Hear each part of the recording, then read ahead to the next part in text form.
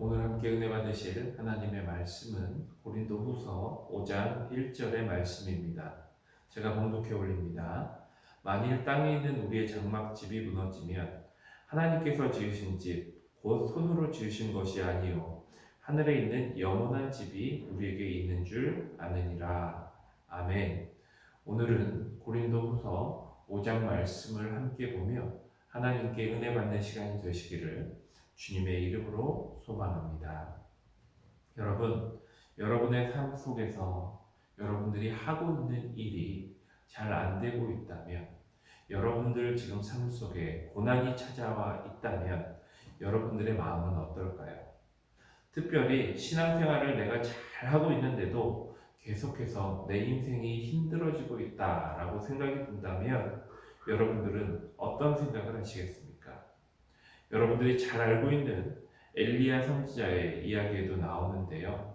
엘리야 선지자가 850대 1에 갈멜산 전투에서 승리하고도 그 후에 낙심해서 하나님께 하나님 내 생명을 거두어 주시옵소서 라고 말한 이유가 무엇입니까? 아무리 그들에게 하나님을 외쳐도 그들이 변함이 없고 내 삶 속에서 내 사역 속에서 희망이 없어지자 그가 그렇게 생각한 것 아닙니까? 오늘 본문의 사도 바울도요 그런 상황이 아니었을까 한번 생각해 봤습니다.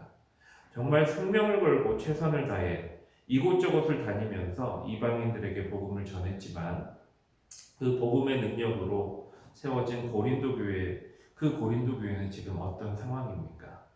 바울이 세웠고 그로 인해 복음을 들고 변화된 성도들의 공동체인 고린도 교회였지만 계속해서 바울의 사도성을 문제 삼으면서 끊임없는 문제들이 발생하고 있었습니다. 그래서 바울은 이렇게 고린도서라는 서신을 통해서 그들에게 올바른 지식을 다시금 전하려고 합니다. 하지만 바울의 말보다 교회를 흔들고 혼란을 주고 있는 사람들의 말에 그들은 더 혹하고 흔들리고 있는 것입니다. 그렇다면 바울은 어떻게 해야 될까요?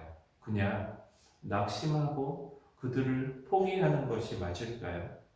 여러분, 하지만 그럼에도 바울은요, 오늘 본문을 통해 세상 속에서 낙심하고 좌절할 수 있는 고린도의 성도들에게 이렇게 말하고 있습니다. 오늘 본문 1절의 말씀입니다. 만일 땅에 있는 우리의 장막집이 무너지면 하나님께서 지으신 집, 곧 손으로 지으신 것이 아니요 하늘에 있는 영원한 집이 우리에게 있는 줄 아느니라. 여러분, 그럼에도 바울이 이렇게 포기하지 않고 고린도 교인들을 향해서 이야기할 수 있었던 이유가 무엇입니까? 바울에게는 또 우리들에게는 하늘에 영원한 장막집이 있었기 때문입니다. 여러분, 이렇게 생각해 봅시다. 예를 들어 단거리 100m 달리기 선수가 스타트가 늦었다면, 총소리를 제대로 듣지 못해서 출발을 제때 하지 못했다면 어떤 생각이 들었을까요? 낙심하고 좌절하면서 경기를 포기하고 싶었을 것입니다. 하지만 여러분, 그 경기가 100m 달리기가 아니라 마라톤이었다면 출발을 잘못했다고 해서 그 선수가 그런 생각을 가지게 될까요? 아니요. 아무렇지도 않았을 것입니다. 다시 말해서 믿지 않는 사람들에게 인생의 종점은 어디이지요? 바로 죽음입니다. 그래서 이 세상의 일들이 그들의 삶의 전체의 성공과 실패를 좌지우지하는 것이지요. 하지만 하나님의 자녀인 우리들은 어떻습니까? 이 세상에서의 삶도 있지만, 하지만 더 크고 영원한 하나님 나라에서의 그 영생이 우리의 목표이기 때문에 이 세상에서의 삶에 따라서 낙심하거나 좌절하지 않고 계속해서 하나님의 사명을 감당할 수 있게 되는 것입니다. 그런데 우리가 그렇게 생각을 해보면 혹시 우리는 저 천국에 있는 하나님 나라만 바라보고 이 세상은 어떻게 되든지 나중 천국을 위해서 다 참고 견뎌야만 하는 것일까요? 여러분, 물론 아닙니다. 오늘 본문 2절과 4절에 보면요, 바울이 계속 반복하면서 하는 말이 있습니다. 무엇입니까? 바로 덧입으라 라고 이야기하고 있습니다.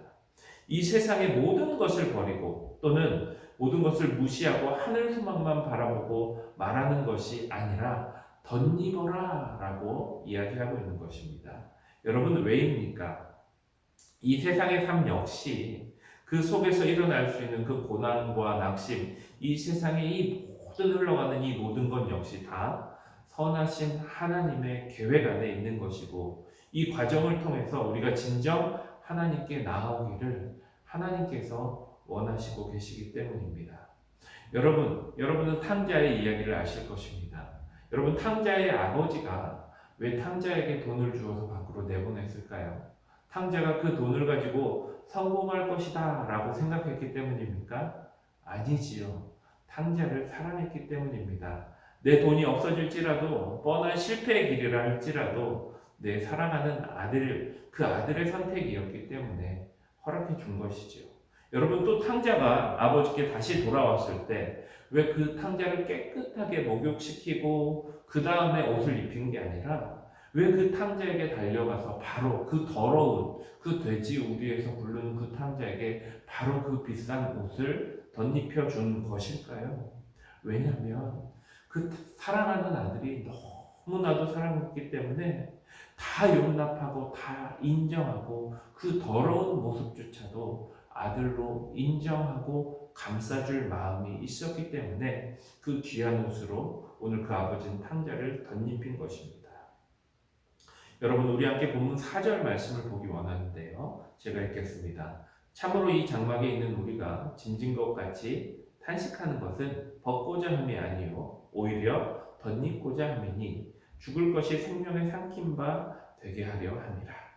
여러분, 본문은요 우리를 향한 하나님의 사랑 또한 그러함을 이야기하고 있습니다. 이미 우리를 위한 처소가 준비되었지만, 그리고 우리를 로봇처럼 만들어서 한치의 오차 없이 한 명의 낙오자 없이 천국으로 이끌 수 있는 능력 또한 있는 그런 하나님이시지만, 우리를 정말 너무 더 사랑하시기에 우리에게 자유를 주신 것입니다. 그리고 그 자유함을 통해 저지른 우리의 죄악된 모습도, 또 실패한 모습도 우리의 모습으로 인정해 주시고 예수 그리스도를 통해 책임져 주시고, 또 오늘 본문 5절의 말씀처럼 이렇게 넘어질 수도 있고 낙심할 수도 있고 포기할 수도 있는 우리의 삶이지만, 결국 성령의 보증을 통해서 변화될 수 있도록, 결국 승리할 수 있도록 하나님께서 우리를 이끌어 주신다라는 것입니다. 그러므로 오늘도 우리의 삶이 오늘 바울처럼 힘들고 어려운 상황의 연속일 수도 있지만, 이런 삶 속의 과정들 또한 성령의 도우심으로 역사하실 하나님을 소망하시면서 믿음으로 승리할 수 있는 그런 여러분들이 되시기를 주님의 이름으로 축원합니다. 우리 함께 기도하겠습니다. 사랑의 하나님, 감사를 드립니다.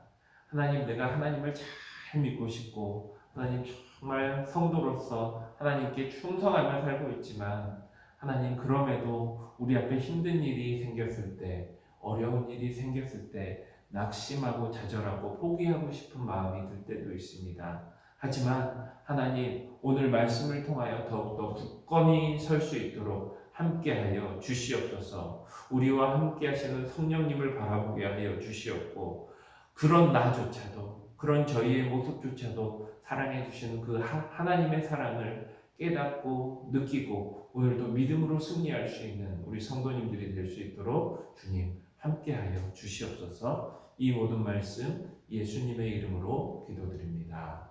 아멘. 우리 함께 기도하겠습니다.